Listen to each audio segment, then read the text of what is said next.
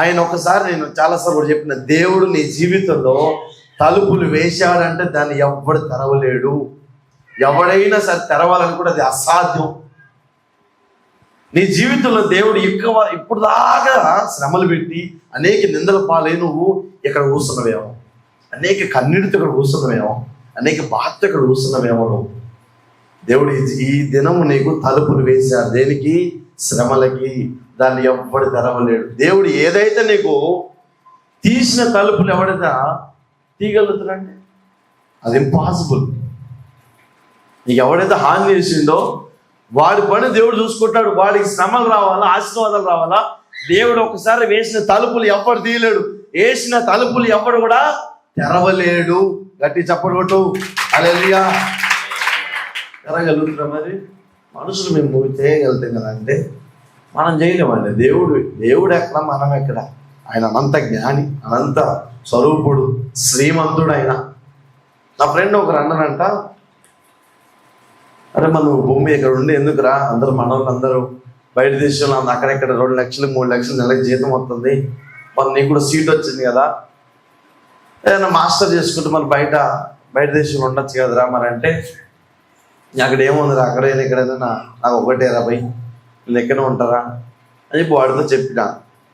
మరి ఇక్కడ ఏముందిరా, ఇక్కడ ఉంటే మనం ఇదే పెంకులు, ఇదే రేకులు, ఇదే వ్యాపారం చేసుకుంటే వారంకి నెలకి ఇదే 10,000 మిగులుతీ, 20,000 మిగులుతీరా, అన్ని బాగుంగా అంటే ఇడేం సంపాదించుకుని ఏమో ఉంటారా, నేను రాను. అరే ఆడు ఉంటే మంచి బిల్డింగ్లు, పెద్ద పెద్ద బిల్డింగ్లు, మనం అందులో ఉండి సంపాదించి అందులో అదే కొనొచ్చురా, అక్కడే బిజినెస్ పెట్టచ్చురా అన్నాడు.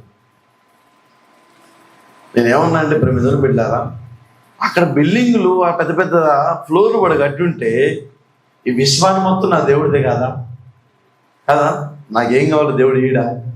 నీ జీవితంలో కూడా ఎవడు ఏదో సంపాదించుకున్నాడని చెప్పి ఎవడు నాకు దక్కలేదు ఆ శ్రమ, నాకు దక్కలేదు ఆశీర్వాదం, వాడు బాగుపడుతుంటే ఓరలేని తనం నీలో ఉండద్దు.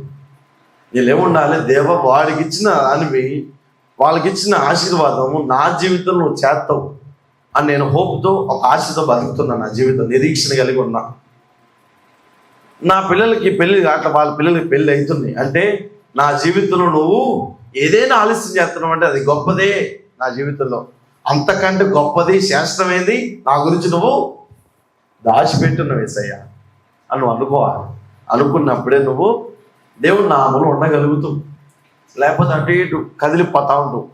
ఏమన్నాడు, కదలకుండునట్లు భూలోకము, చదువు, భూలోకము స్థిరపరచబడి ఉన్నది, పురాతన కాలము నుండి ఈ సింహాసనము స్థిరమాయెను, సదాకాలము ఉన్నవాడవు నీవే, వరదలు ఎలుగెత్తి. చాలు.